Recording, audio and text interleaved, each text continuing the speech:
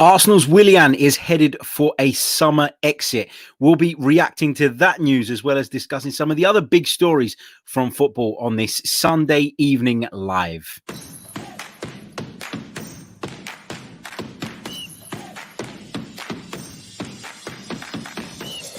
You're listening to the Chronicles of a Gooner, the Arsenal podcast.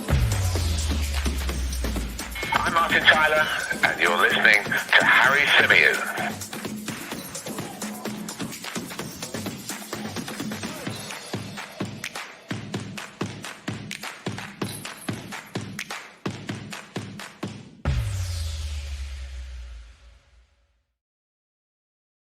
Hello and welcome back to another live edition of the Chronicles of a Gooner, the Arsenal podcast, brought to you by 90 Min. As ever, I'm your host, Harry Symeou, and on this edition, we're going to be discussing the news regarding Willian.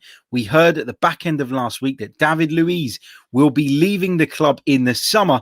Well, it seems like his Brazilian compatriot Willian could be headed the same way, despite signing a 3-year contract with the Gunners last summer. We're going to be getting into that, discussing Willian's time at Arsenal so far. And we're going to be talking about some of the other stories from the world of football today, because it's been one of those, it's been one of those days where I've really enjoyed the football. And there's been a lot of days during this season where I haven't really enjoyed the football, where it's felt like a bit of a chore watching it. Maybe, and forgive me for saying this, but maybe I've enjoyed this weekend partly because Chelsea lost in the cup final, but largely because Arsenal haven't played. It's been a really, really tough season as an Arsenal fan. There's no getting away from that. And this weekend has obviously given us an opportunity to sit down, enjoy the football. Obviously, we're at the business end of the season as well. Games have a greater significance, or some of them do, some of them don't, obviously. But yeah, feeling good about football today and feeling quite good about the news regarding Willian as well. Let me go over to the live comments. I'll say hello to you guys. We'll get a couple of your comments on the news that Willian is likely to head off according to the report this summer, and then we'll touch on it in a little bit more detail. But Arsenal Rule 3 said, I've smashed the like button, but it's only registering 1 like. I think this news is worth at least 1,000 likes. And listen, I'm not one to dig out individuals and to really sort of hammer individual players. I try to be fair in my kind of criticism of them, but there's no way of dressing Willian's time at Arsenal up as a success. It's impossible, because he's just not been up to standard. He's just simply not been good enough. A big hello to Jerome as well, who joins us from Auckland in New Zealand. Says, based on performance, Willian won't be missed. If he decides to go, in fact, I will only miss Luiz, as he offers a passing outlet from the back. Gunner refers to the reports in the last few days that have been linking us with a move for Southampton's Ryan Bertrand. He says, we're signing Bertrand, another old pensioner looking for a payday. What could go wrong, right? Big hello to everybody else also in the chat as well. Hope you're all good. Marble Horse says, good riddance. We shouldn't be signing Chelsea has-beens. And Brad Richardson says, Alisson has the same Premier League goals as Willian this season. Oh dear. But look, let's break the story down. Let's talk about it in a little bit more detail. And of course, we'll come back to the comments and I'll get your thoughts and your views, and I'll share as many of those with the wider audience as I possibly can between now and the end of the stream. So Fabrizio Romano tweeted late morning today, Sunday, that is, for those of you watching us or listening to us on the audio, and for those of you who may be watching this back a little bit later. So Sunday, late morning, Fabrizio Romano tweeted, after David Luiz, also Willian is expected to leave Arsenal this summer. There's interest from European clubs and from the MLS. Inter Miami wanted him last summer. Arsenal are waiting for official bids. So what does that tell us? It tells us that, to Fabrizio Romano's knowledge, there has been no official approach for Willian as of yet. But Willian has really, really struggled at the Emirates Stadium, and there's no getting away from it. Look, I think hindsight is a wonderful thing, and it's really easy to look back on the deal now and say, yeah, it was the wrong thing, because quite frankly, he didn't perform. Willian as a player, as an individual, can never I don't think, have any sort of qualms with Mikel Arteta, because he's given him ample opportunities, particularly at the start of the season, where he seemed to be in the team every single week, despite doing very, very little to warrant his place. He continued to be selected. So Willian has had enough opportunities. I don't doubt that technically Willian is a good footballer. I don't doubt that, in the past he's had a good career. And I don't actually even really have an issue with the decision taken to sign him in the first place. It was a free transfer. Yes, he's on a significant wage, but nowadays that is pretty much always the case when it comes to free transfers. Those players know they have a power, a power of being able to demand a greater salary because of the fact that they're obviously very aware of that you've not paid for them. You've not paid a transfer fee, therefore they go hard on the salary demands. It's always been like that. So I'm not sort of pissed off that Arsenal gave him the wages they gave him. The only question mark around it at the time for me, and I know it's not worked out now, but I've got to be honest and genuine here. When I go back to what I was saying when we were linked with Willian, when it looked like the deal was going to go through, my initial thought was, okay, I'm not really sure about a 3-year contract. I like the idea of bringing in an experienced wide forward because we were missing that. Bukayo Saka's had a great season. Fair play to him. Nicolas Pepe's had a good last few months, I would say. Gabriel Martinelli's another young winger up and coming at the club. Somebody who could benefit from a more experienced campaigner. And so you looked around at our options, and people were at the start of the season were talking about Reece Nelson, etc., etc. And you looked at those players and you went, well, they're good prospects, but they're not quite there yet. So to have that little bit of experience, and I thought to be able to call upon off of the bench in times of need made sense to me. And as I say, again, the idea of the 3-year contract was the bit that made me feel a little bit uneasy. But the reality is sometimes you have to meet the player's demands in order to get the player that you want. And we've seen Arsenal in years gone by miss out on loads of top quality players because Arsenal were unwilling to sort of bend their recruitment policy. Do you remember when Arsene Wenger was in charge? Nobody over 30 years old got more than a 1-year contract. How many players did we end up losing as a result of that? A lot of them didn't go on and succeed and do better things, but some of them did. And that's the reality of football nowadays. Sometimes if you really want someone, and Mikel Arteta clearly really wanted him, you got to make that move. There was a lot of talk at the time about the links between Kia Joorabchian, the player's agent, and Edu, and the fact that we'd signed a number of players represented by Joorabchian made a lot of fans feel uneasy, and rightly so. Sometimes you get these relationships between clubs and representation, and what you end up with is this relationship and this loyalty that it grows between the club and the agent that can sometimes lead to you getting players that you really, really, didn't have a chance for. But equally, it can lead to you having to do deals sometimes to appease all parties. And this has turned out to be one of those deals. Is Willian a shit footballer? No, he's not. Come on, let's be honest. He's had a really, really good career. He's done brilliant things. The problem, it just hasn't worked at Arsenal, right? It's as simple as that. There's no need to get deep. There's no need to think about specific reasons. There's no need to get personal. There's no need for any of that. It just hasn't worked out. So, but I can understand why a lot of fans want him gone. He's taken up a space in the squad. He is not someone that we can look at as part of our future.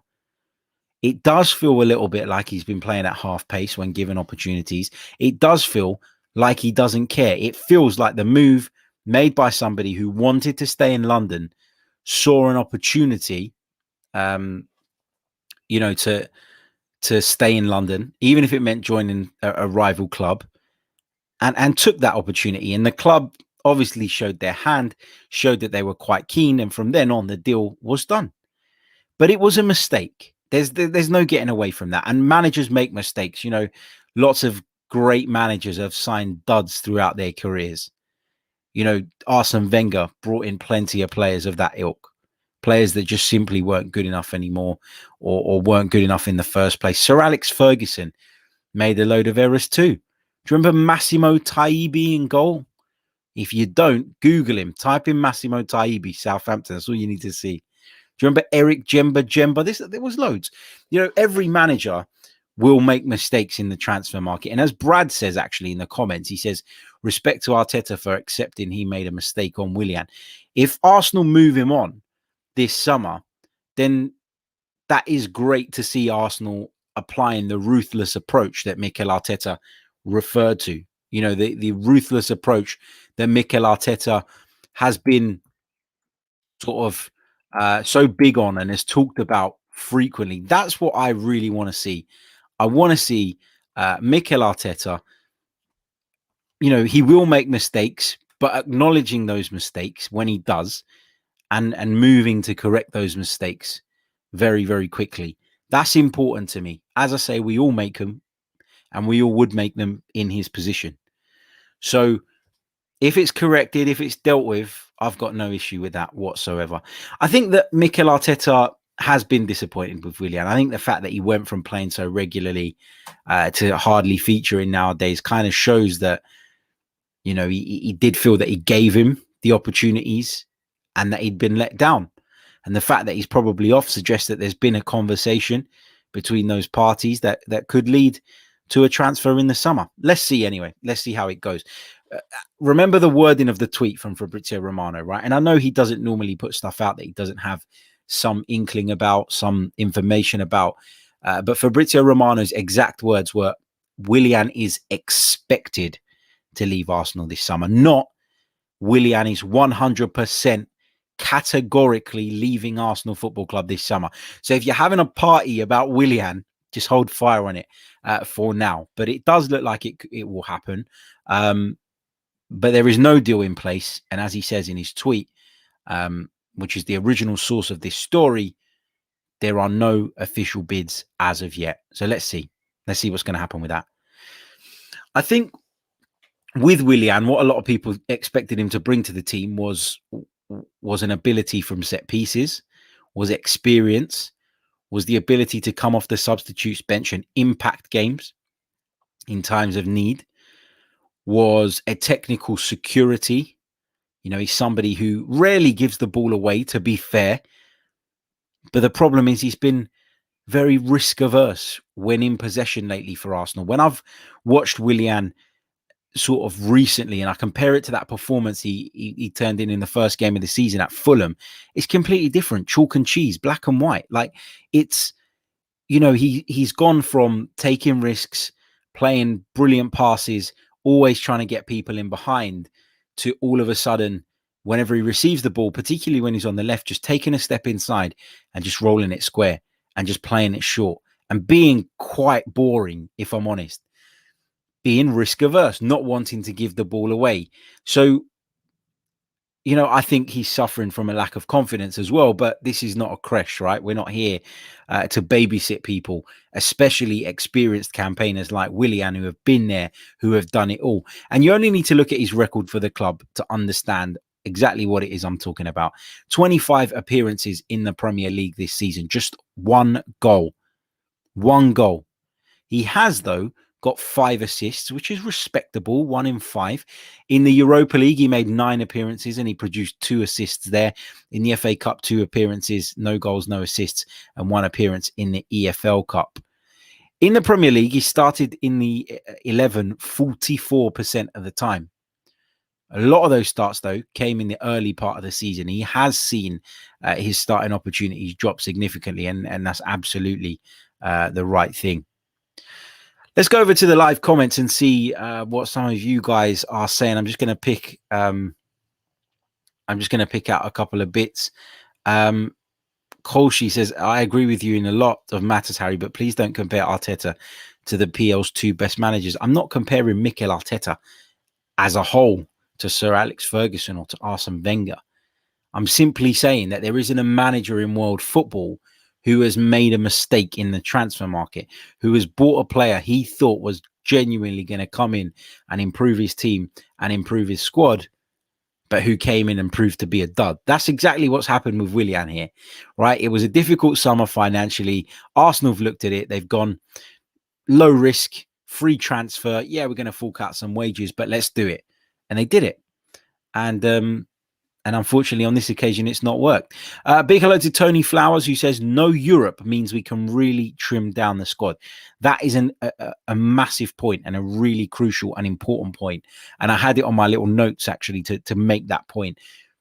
If Arsenal are going to be without European football in any capacity next season, then you can definitely afford to trim down that squad. And actually, if you're wanting to do an entire rebuild, if you're wanting to strip everything back and start from scratch, no European football, yes, it has a negative impact from a financial point of view, but from a footballing point of view, it means that Mikel Arteta, as a coach, can work with a smaller group of players, can look to embed his ideas, his philosophy into a smaller group, which is obviously always easier. He'd have a week between games to spend time on the training ground and get those things right. You know, you're absolutely spot on in saying that the squad could be smaller. And when the squad is smaller, it means you can be more ruthless and you can get rid of players that you don't feel are necessarily the right players for your project. And at the moment, Mikel Arteta's, and anyone who's been in the job, in the Arsenal job, you know, in recent years, has always had to juggle the two. And so there is a benefit to being out of it. And one of them, as Tony rightly points out, is that you can trim that squad down, which means you're in a better position to start from fresh. It's easier to rebuild a team when you don't have to shift as many players out, when you get that all out of the way, and the squad is obviously much smaller. Just got the Women's Champions League final on next to me. And just for those of you who are interested, Barcelona have taken the lead against Chelsea. Chelsea going to lose another cup final, it seems. Well, it's early days. The game's literally just kicked off, but it was a really fortunate ricocheted goal. The Chelsea defender kicked it against one of her own players, I think, as it was trying to be cleared, and it's looped in to the goal. So just a minute and a half on the clock there. Chelsea 0, Barcelona 1 in the Women's Champions League final. If you're listening to this on audio, you probably already know the score, so do ignore that part. Right. So that's where I am on Willian. Get rid of him. It hasn't worked out. There's no point crying over spilt milk. I don't really hold it against Mikel Arteta. It was a mistake. It was one of many mistakes. Every manager's made mistakes, and you move forward. So, yes, I think we need to get him out. We need to, we need to trim down the squad. We need to move players on that aren't part of our future, that do not represent what we are looking to build. And Willian is certainly one of them. He'd save a hell of a lot of money on the wage bill as well. So I think it's fair to say that pretty much every single Gooner out there will be pleased to see Willian go. It is what it is. It is what it is. Let's talk a little bit about some of the other football that took place today. And I know there was drama in the Liverpool game late on when Alisson Becker scored a headed goal to basically keep their Champions League qualification dreams alive. But I want to talk a little bit first about what happened in La Liga today. Now, the title race in La Liga is really, really hotting up. It's been hot for a while. And as it stands, going into the last games, you've got Real Madrid in second on 81 points. Atletico Madrid are top on 83. 2 points separate those sides. But at one point this evening, Real Madrid, who won at Athletic Bilbao, were winning by a goal to nil, whilst Atletico Madrid were losing at home to Osasuna. And if you look at the timeline, it was pretty incredible how it all happened, because I was texting some mates in a WhatsApp group, and the notification come. I've got to admit, I wasn't watching the game, and the notification come up, and it said Osasuna 1, Atletico Madrid 2, and you're sitting there going, "Oh my God, they are literally gonna gift Real Madrid the title this year. They are gonna gift it to them." And you got to think, right? Diego Simeone has done a wonderful job there to even make Atletico in any way competitive with Barcelona and Real Madrid in the way he has, to go to Champions League finals the way he has, is a testament to what a fantastic job he's done there.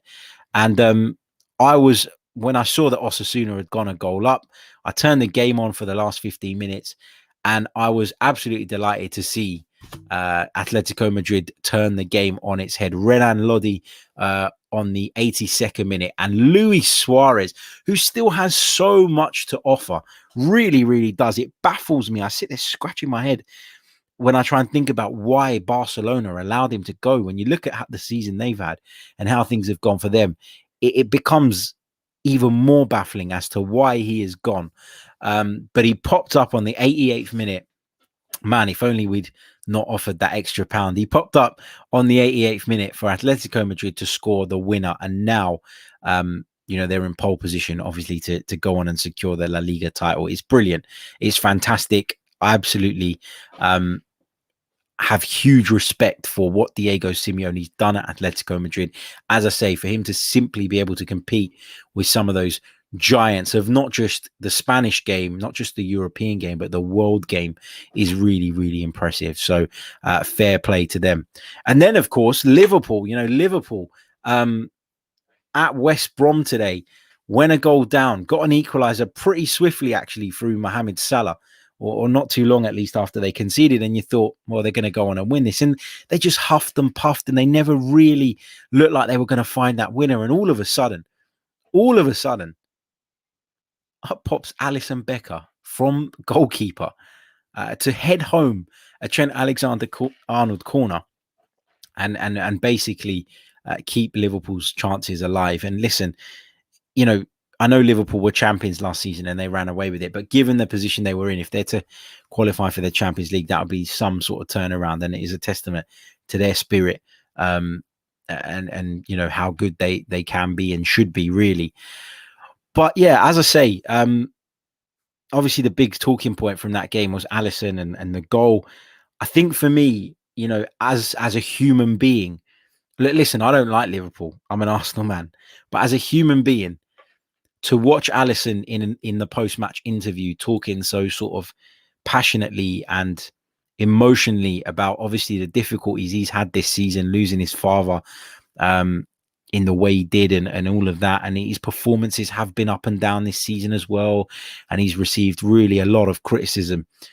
So for him to come up and score that goal, and then the way he talked about it, the guy was in tears. It got me. It got me as a football man, as a human being. It got me, and fair play to him for speaking so openly, so honestly. And after what's been a really difficult year for him, he needed a break, didn't he? And he got it tonight. And the Liverpool fans will be absolutely delighted.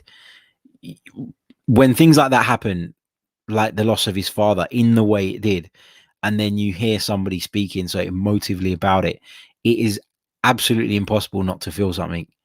You got to have a heart of ice if to not feel something. So I just wanted to touch on that point. I don't really care about the game, but I wanted to touch on that point because Alisson needed that. He needed something to sort of lift his spirits. And I know he was emotional at the time, but he'll be looking back on that with a massive smile on his face. Not every goalkeeper gets a goal in his career. And as someone rightly pointed out earlier in the chat, he's on his level with Willian. I bet he never thought that would happen.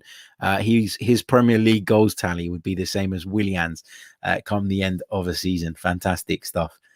Right, let's go over to the live chat. Let's get some of your questions in. Get your questions in. I'd love to hear from you guys so we can chew through the fat of anything else that you guys want to discuss. I know there's going to be some Willian stuff in there, and that's absolutely fine. Willian, as I say, just to repeat for those of you maybe joining the live a little bit later on, according to Fabrizio Romano, Willian is expected to leave Arsenal Football Club this summer. No deal is done yet. There are no official offers on the table yet, but it does look like Willian could be one of a few to depart this summer. We're hearing talks about Bernd Leno going. We're hearing about Granit Xhaka wanting out. We know that Hector Bellerin is probably on his way out as well. So there's loads and loads of players that could potentially be heading for the exit at the Emirates Stadium this summer, but I don't necessarily think that's a bad thing. And that tells us a lot, doesn't it, about where we currently are. Matt G says, when do you think we will make our first summer signing? It's an interesting question, because obviously with a deal, it kind of requires both parties to get a move on and get it all done and dot the I's and cross the T's, etc., etc. If I had to guess, I think we will try and do some business prior to the European Championships. I really do, because I think the problem with the European Championships is that, first of all, players can go there, perform, and you all of a sudden, with their stock even higher than it was when the tournament started, their clubs are likely to demand higher fees, which it can at times, prevent deals being able to be done. Also, you can look at the European Championships and you can spot players that you were maybe already thinking about, maybe already had on your radar, could sort of do enough in the tournament to prove to you that they are the right player, and therefore you might make a move there or off the back of a tournament like that. So I think we will do some business prior. I think that will be the plan. If they're as organized as they say they are with regards to the targets, then you'd be surprised if they didn't do anything prior. But equally, I think we'll probably see business either side of the tournament. But as I say, if they are as organized as they say, then what are we waiting for? The Real Captain says, thoughts on Bertrand, Harry? A lot of people have sort of turned their noses up at this one. And I'm not really sure why, because you've got to remember that any left back that Arsenal will sign, barring peak Roberto Carlos coming out of retirement, will basically be coming in as a second fiddle to Kieran Tierney. It's as simple as that. I mean, I don't really understand why people are so anti-Ryan Bertrand. We know that Arsenal's finances are going to be limited. And what is Ryan Bertrand? Ryan Bertrand is somebody who is 31 years old, available on a free transfer. He's a Champions League, FA Cup and UEFA Cup winner who would be coming in as a squad player. I genuinely don't see why people are making such a big deal of this. From a negative point of view, I'm talking about. I just don't get it. For me, it makes sense. If he's available on a free transfer and it fits within our wage structure, then I'm okay with it. Louis Robson says, will the owners back Arteta? Even if they did, they'd have to give him a lot of cash to rebuild this team. Little 50 million is not enough. No, and I completely agree. 50 million is not enough. And if they don't back him, then yes, we'd have to move him on, because he's obviously not likely to get much out of this group, and we'd need someone who probably could do more. But I guess if they are going to back him, then you have to give him a chance to do it with his players, because I know people always point to, Mikel Arteta's brought 7 or 8 players into the club, whatever it is, since his arrival. How many of those players were his first choice? Thomas Partey will have been, Thomas Partey would have been someone that he'd have been keen on. But the likes of Cedric Suarez, free transfer, Martin Odegaard on loan, at these deals, Pablo Mari, at these deals that Mikel Arteta was up all night dreaming about? I don't bloody think so. The deals that he had to do given the circumstances. So let's see. Let's see how it goes. But, they talk a good game. They always do, the Cronkies, but it's whether they deliver or not. And they've proven time and time again that they normally don't. Just a quick update on the Women's Champions League final, because it's Chelsea 0, Barcelona 1, 13 minutes in. And Barcelona currently have a spot kick. They could double their lead here inside a quarter of an hour and put themselves basically well on their way to lifting the top prize in women's football. After a long VAR check, the penalty has been given, and it's going to be the Barcelona star. Alexia hits it left-footed goal. Barcelona 2, Chelsea 0. They're in prime position to go on and win that Women's Champions League. Brad Richardson says, what made you want to be a podcaster? That's a really interesting question.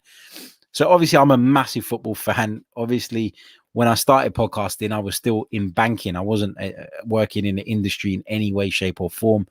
But I love talking about football. And actually, I'd always listened to a lot of podcasts, but my good friend Alavi, who is on the social club with us, I'm sure you all know who I'm talking about. We basically spent about 2 days, because we used to live next door to each other. We basically spent 2 days arguing about one refereeing decision. And off the back of that, we decided, oh, why don't we give it a record and have a little go? And we started with the Sofa Sports podcast, etc., etc. And then when we sort of got that to a certain level and I knew a little bit more about what I was doing, I decided that I wanted to start an Arsenal one, because Arsenal is my main passion and Arsenal is what I care about most. And that's how the Chronicles of a Gooner was born.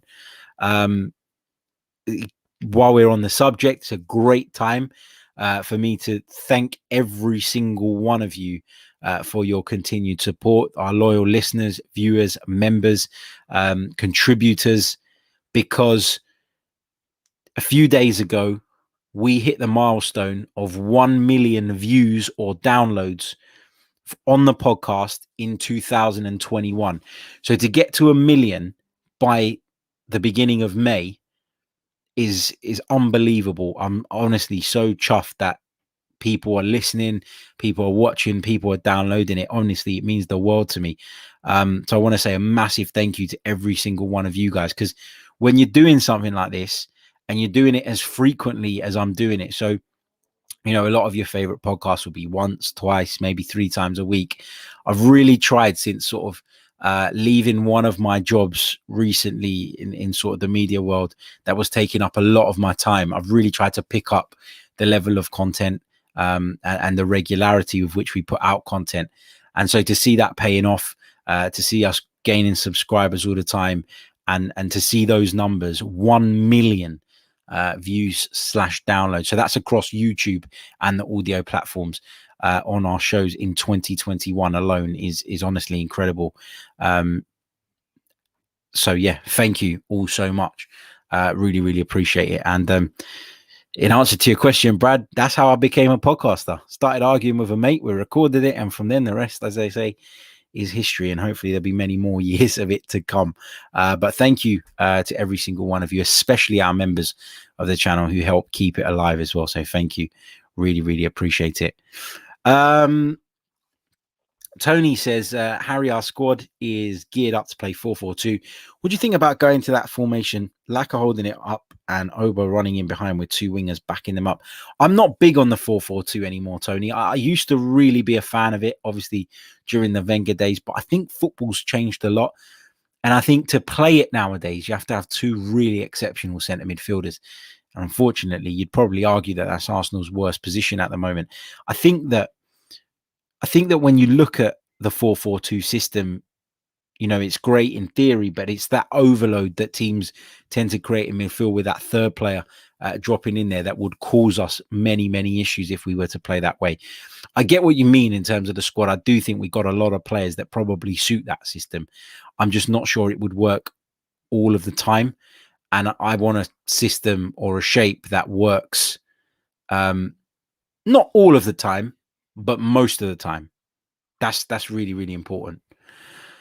What else have we got here? Let's pick out some of your comments. Massive thank you to those of you congratulating us on hitting that 1 million mark. Thank you all so much, and some of the usual faces in the chat as well. Thank you to you guys, because you guys are the heart and soul of the channel and of the podcast. So thank you all so much. Really, really appreciate it. Let me pick out something else before we leave it there. Here we go. Super Flea says Leicester are signing Symeou for 20 mil. Will Arsenal sign a worse player for 35 mil? I bloody hope not. I bloody hope not. Look, there's been a lot of talk about Symeou for probably a couple of seasons now. I'm not big, on Symeou, not because I don't rate him, but simply because I don't know enough about him. I think it's really, really difficult to make definitive judgments on players that you've seen very, very little of. And, it is, I've seen very little of him. How can I sit here and make a case that says he is worth X amount in the transfer market? I find it really, really difficult. And so I'd prefer to go away and look some of the questions up that you might have about particular players that apply their trade elsewhere, because I don't feel like I can talk off the cuff without making assumptions, without basing my opinion solely on statistics rather than the eye test, which I think is probably the most important thing in football. So it's difficult. It's difficult to say. But listen, Leicester have been incredible in their recruitment of late. They really, really have. And it's why they are where they are now. And they deserve immense praise for that. I think Leicester have been clever to act early on this and to get that done. So yeah, congratulations to them. I can't, as I said, look, I don't know a lot about Symeou, not enough to sit there and sort of be upset or downbeat at the fact that he's not joining us. That's my honest view. Barcelona 3-0 up, by the way, in the Women's Champions League final. They are on absolute fire, and they look as though they've already won the trophy with just 20 minutes on the clock. Disaster night for Emma Hayes' Chelsea so far. Hold on. Where am I? The chat box keeps updating. Marble Halls TV says, Harry, not to be negative, but if United went in for Symeou, would we have a chance? A bigger club and CL football next season? Obviously, mate, it's going to be really difficult to compete with those clubs. It's going to be difficult to compete with Man United anyway. It's always been difficult to compete with Man United. But, sometimes players need to believe in the project that they're joining as well. And I think that, for all the negatives about Mikel Arteta, I think he's very good at persuading people, convincing people. I think also, to some players, it's important that they're going to have guarantees over game time. To others, it's less important, and it's more about the status of the club that they're looking to join. But I do think that somebody like Symeou, he's another one. Look, I think he's good and I like him, but I really don't understand it's almost as though Symeou is bloody Claude Makelele in his prime in the eyes of some. And the fact is he's not. He's shining because he's playing in a really bad Brighton side. And when I say really bad, I don't mean bad in terms of aesthetically. They play nice football. I get what they're trying to do, and I actually have a lot of respect for Graham Potter for the way he tries to get Brighton playing football. But look where they are in the division. Look at, their records this season. Symeou, for me, might be a good signing, but it is a risk. It is a risk thinking that he can step up to the level that we need him to be at for Arsenal. That's not being a snob. It is a big step up. To go from playing at Brighton every week where there is absolutely zero pressure because everybody expects you to get beat, to then, come to Arsenal where you turn in a couple of performances and people are on your social media having a go at your wife and your sister and your brother and his girlfriend's cousin. Do you know what I mean? It's a really different thing. I think that Symeou could be a good signing. I'm not ruling that out. But I do think there is more risk attached to it than some Arsenal fans right now would have you believe. I genuinely do. And I'm not saying that that's you, Marble Halls TV, just in general about the player. Chris says, what positions are for you a priority this summer? I think there's a few. I think the 2 fullback positions need addressing. I think that centre midfield is a major, major priority for Arsenal this summer. If we can get another forward in, particularly if Alex Lacazette is likely to leave, then great. But the fullbacks and centre midfield would be the most pressing needs, in my opinion. What else have we got here? Some of you saying he's worth a punt on Symeou. Yeah, he's worth a punt if we can afford it, is basically what I'm saying. So to put this into context, if Arsenal have 50 million available in the transfer window, I think to spend 30, 35 million of that is too much of a risk to take on Symeou. If your transfer budget is £100 million and you can still do significant business in other areas and bring in Symeou, then obviously it's less of a risk. And as Peter says, and I always say this on this channel, every player signed by any club is a risk. Absolutely. When Patrick Vieira came into Arsenal, none of us envisaged him being the player that he turned out to be. He was an absolute world beater, right? So we had no expectations then. With Bissouma, I get that people like him, and I quite like him as well. I just don't see why it's the complete opposite with him. Why is Yves Bissouma somebody that people think or automatically believe is 100% guaranteed going to be a success at Arsenal? He may well turn out to be, and I hope he does if we sign him. But let's see. Let's see. That's all my point is. That is all my point is. I'm going to leave it there because it is Sunday night. I'm sure you want to get off to your families and friends and whatever and chill out ahead of Monday. It looks like it's going to be a bloody miserable Monday here in the UK. So I'm going to leave it there. Big shout out to those of you who have tuned in live. Big hello to those of you who have been watching us on replay, or to those who have listened back via the audio platforms. Love to every single one of you. Again, thank you from the bottom of my heart for all your support and for helping us to achieve that milestone that I mentioned a little bit earlier on. I can see right now on YouTube there are over 260 something of you watching, but we've only got 78 likes. Surely we can get it up to 150 likes. If you haven't done so already, please do hit that like button. It is so important for the channel. Subscribe if you're new, and if you fancy becoming a member to support us, then you can do so by clicking on the link in the description. It really helps too. I appreciate every single one of you. Thank you for tuning in again. Thank you for tuning in as always. It is honestly really appreciated, and I look forward to catching up with you all for some shows on Monday where we'll be discussing all things Arsenal, maybe a few other stories that crop up as well. Let me know, do you enjoy the talk and the chat about some of the stuff outside of Arsenal? Because I quite like doing that, but I'm obviously conscious of veering away. Not veering away, because we're still going to do the Arsenal stuff in more detail like we've always done. But I just want to make sure that you guys are cool with that, because obviously during the Euros, we're going to be bringing you Euros content. We're going to be doing all different stuff. So yeah, I just want to make sure that you're all good with it. Right.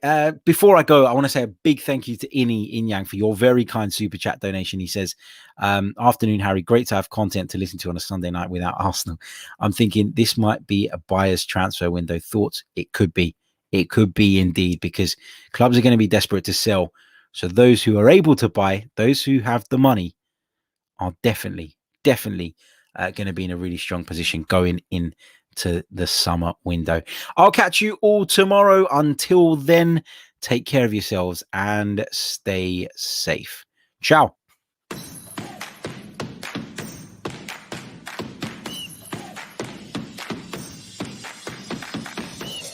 You're listening to the Chronicles of a Gooner, the Arsenal podcast. I'm Martin Tyler, and you're listening to Harry Symeou.